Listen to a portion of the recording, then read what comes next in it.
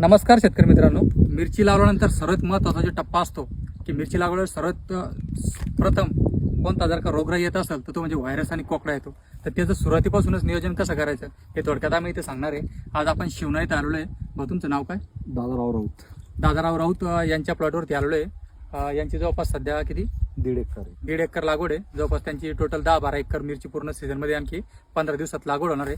त्यांच्या प्लॉटवर आम्ही आलो. त्याच्यानंतर आम्हाला सर्वात मेजरली प्रॉब्लेम म्हणजे प्रत्येक ठिकाणी कॉमन आहे, हा असा काही वेगळा प्रॉब्लेम नाही आहे, पण प्रत्येक शेतकऱ्यांपर्यंत ही माहिती पोहोचणं गरजेची आहे. तरच तुम्ही मिरचीचे 2, 4, 5, 6 तोडे काढू शकता. जर का सुरुवातीपासून तुम्ही नियोजन जर का नाही केलं तर तुम्हाला 3 महिन्याच्या आत बऱ्यापैकी पूर्णच मिरची ही उपटून फेकावं लागणार आहे. त्यामुळे सर्वात महत्त्वाचं नियोजन हे आता आपण इथे बघू शकता. थोडं त्यांना झूम करून जर दाखवलं हे बघा, हे पहिलं झाड आहे, हे इथं दुसरं झाड आहे आणि हे इथं तिसरं झाड आहे. हे 3 प्रकारचे झाडं आहेत की आता याला व्हायरस स्टार्ट झालेला आहे. इथं जर का तुम्ही बघायचं झालं तर हे जे वरचे पानं आहेत ना, हे पूर्ण पानं पॅक झालेले आहेत. म्हणजे इथून शेंडा फुटत नाही. याच्यातून शेंडा फुटला जरी पिवळं पान निघतं, अतिशय बारीक पान निघतं. आणि याचे जर लक्षणं सुरुवात महत्त्वाचे ओळखायचे झाले तर हे जे व्हायरसच्या झाडाचं पान असतं ना, याच्या ज्या हा जे नसा असतात या तुम्ही जर का अशा हाताला जर का असं रब केलं तर सरळ तुमच्या हाताला लागतात.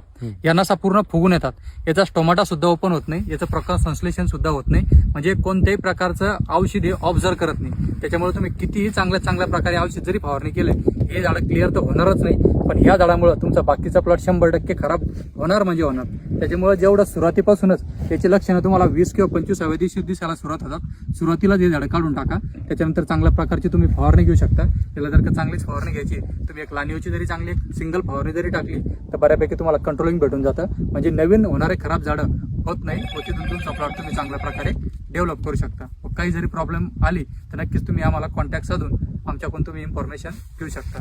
व्हिडिओ जर का आवडला असेल, माहिती जरी आवडली असेल तर नक्कीच मिरचीच्या शेतकरी बांधवांपर्यंत पोहोचवा. कारण की ही समस्या सर्वात मोठी आहे.